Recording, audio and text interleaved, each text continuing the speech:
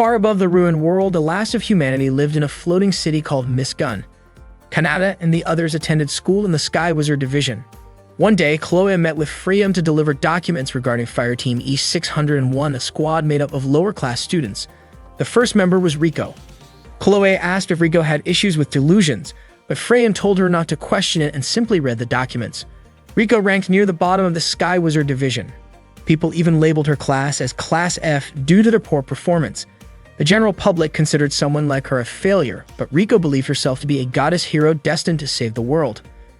Chloe noted that Rico's 3 requests for resubmission had been rejected, with the comment that instead of apologizing for missing tasks, Rico should have apologized for not completing her homework. The second member was Lekti. She was a girl who dreamed of becoming a sky wizard to protect the people of Miss Gun by fighting the demon beetles. Although she admitted the thought frightened her to the point of shivering, she found joy in the idea of protecting others. Lekti was seen as someone very responsible. However, Freya commented that kind-hearted children were often the ones to fall first. Those without magic were fated to lose their memories after being killed by the beetles. That was why Lekti wanted to fight for those who had already lost everything. She was easily nervous and anxious, and her entrance exam results were poor. Still, Lekti came from a family known for their twin-blade magic sword style, and her sincerity could not be overlooked. She hoped her future as a sky wizard would shine brightly. The final member of Fireteam E601 was their leader, Miss Aura. In her very first semester during practice exams, she lost 57 times and never secured a single victory. In the following evaluations, she lost 10 more times without a single win. During her second semester, the losses continued and she was defeated 57 more times, bringing her record to 124 consecutive defeats. In short, Miss Aura was recommended to voluntarily withdraw from the academy. Chloe suspected that Miss Aura was struggling with obstacles she could not overcome. Rico, Lekti, and Miss Aura were considered the weakest group in Fireteam history, earning Fireteam E601 the title of the worst. Freya asked Chloe to do something about them. Chloe admitted that it seemed normal instructors were not able to help. Freya warned her that this was not just a request, but an order. As the head of the Sky Wizard Division, me and Chloe had no choice but to accept. Meanwhile, Lloyd spotted Kanata in the storage room and asked what he was doing. Kanata tossed a book toward Lloyd and explained that he was checking the warehouse inventory and comparing it with a supply list. He mentioned that something felt off with the food records and suspected that some of the rough Machina divisions might have taken things, so he gave them a warning in his own way. Lloyd was surprised that Kanata was actually checking everything by himself. Kanata admitted it had taken him the entire night. Lloyd was shocked, since normally it would take 10 people 3 full days to get it done. Lloyd then told him that the leader of the Sky Wizard Division wanted to see him in the office during the lunch break. After that, Kanata hurried out of the storage room, hopped on the train, and got off at ground station. As he walked toward the office, he accidentally bumped into Miss Aura, who was rushing past him. Miss Aura scolded Kanata for not paying attention, and in the confusion, his hand pressed against her chest by mistake. Embarrassed, Miss Aura blushed and asked if Kanata was implying that she looked flat. Kanata did not deny it, which made Miss Aura even more upset, and she called him disgusting. To make things worse, the bread with jam Miss Aura had been eating spilled onto Kanata's pants.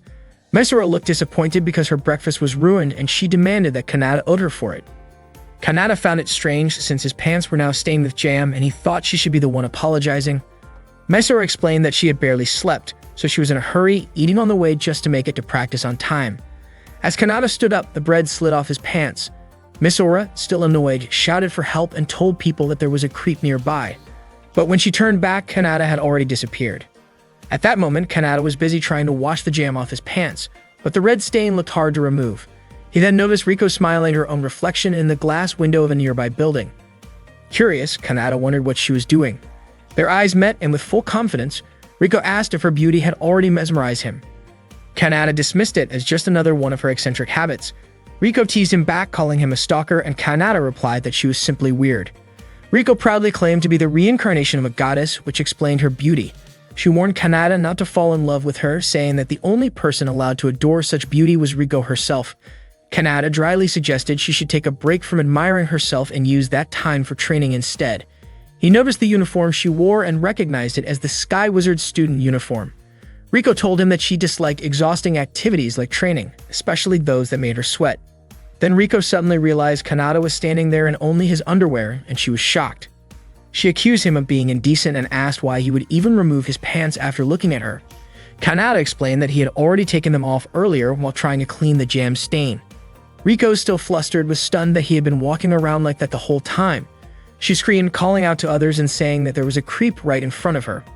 Once again, Kanata vanished before anyone could see him, running straight into the restroom to hide. Meanwhile, some female students in the changing room were chatting about rumors of a suspicious person wandering nearby. Kanata stepped out of the restroom, frustrated that he had been labeled as a pervert twice in one day. Just then, he accidentally bumped into Lecty near the restroom. Seeing Kanata standing there only in his underwear, Lecty's face immediately turned bright red. She stammered nervously, reminding him that this was the girls' restroom, and with a trembling voice, she asked if Kanata really was some kind of creep. Kanata quickly denied it. Kanata made his way to Freyan's place, thinking that maybe he shouldn't have taken the shortcut through the preparation field. Not long after, 2 male students spotted him and called him a traitor. When he finally arrived, Kanata ran into Yuri, who also called him a traitor. Kanata asked if Yuri was still holding a grudge against him. Yuri said she had stopped wasting her time thinking about him since to her, remembering Kanata was pointless. Even so, Kanata insisted that Yuri was still holding on to it. That annoyed Yuri so much that she almost lashed out at him, but Chloe quickly stepped in to hold her back. Yuri told Chloe to let her go, explaining that she wasn't carrying a grudge and she wasn't trying to start a fight. She claimed she was simply stating facts, but Kanata still treated it like a grudge. Frustrated, Yuri stormed off and 2 male students nearby laughed at the scene. Chloe warned Kanata not to act that way, since it could make Yuri angry, but Kanata admitted he actually hoped she would get even angrier with him. Chloe questioned why he would think like that. Kanata explained that Yuri had joined because she wanted to be with him, and he was sure she was still hurt. Since Yuri had never been good at controlling her emotions, maybe it was better if she let them out once in a while. That incident had happened more than 6 months ago. At the time, Yuri had been unconscious and never witnessed it herself, and Kanata had also been badly injured. He said that the only person who ever comes out of battle without a scratch is someone who doesn't have the skill to be there in the first place. Chloe admitted she felt responsible for what had happened, so she offered Kanata a good deal. Seeing Chloe smile as she said it, Kanata was convinced that it meant trouble. Chloe brushed off his suspicion, saying she trusted the leader of the Sky Wizard Division. Chloe then led Kanata to meet Freyan. Freyan called him a traitor who still dared to show his face. Kanata admitted he hadn't actually planned to come, but Chloe suddenly smacked him lightly to shut him up. Freyan explained she hadn't called Kanata there to lecture him. Instead, she wanted him to take responsibility and become the instructor for Fireteam E601. She told him to teach this struggling group so they could fulfill the school's mission of training Sky Wizards capable of pushing back the threat of the beetle-like demons. Kanata wondered why it had to be him, when there were plenty of others available. Chloe explained that everyone else was already assigned for the season, and besides, she personally wanted Kanata to do it. She said she knew how hard he worked behind the scenes, like helping out with logistics when nobody was watching. Kanata agreed to at least read the file, but when he looked at it, he was shocked to see how terrible Fireteam E601's results were. Meanwhile, the members of Fireteam E601 were having a discussion. Misora suggested they start training, but Riko refused, saying that a goddess like her didn't need practice.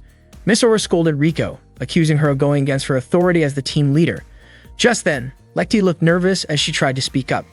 She said something had happened to her earlier that morning. At the same time, Kanata was walking through the school corridor. Other students who passed by recognized him. Everyone knew he was from the regular division, and most of them considered him a traitor.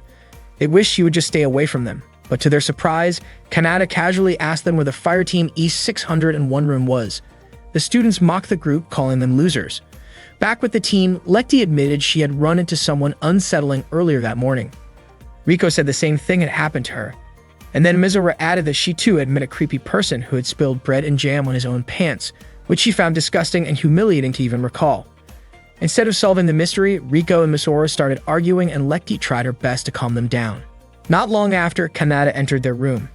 He introduced himself as the instructor of Fireteam E601, explaining that he was a second-year student in the regular Sky Wizard Division and that he was 17 years old.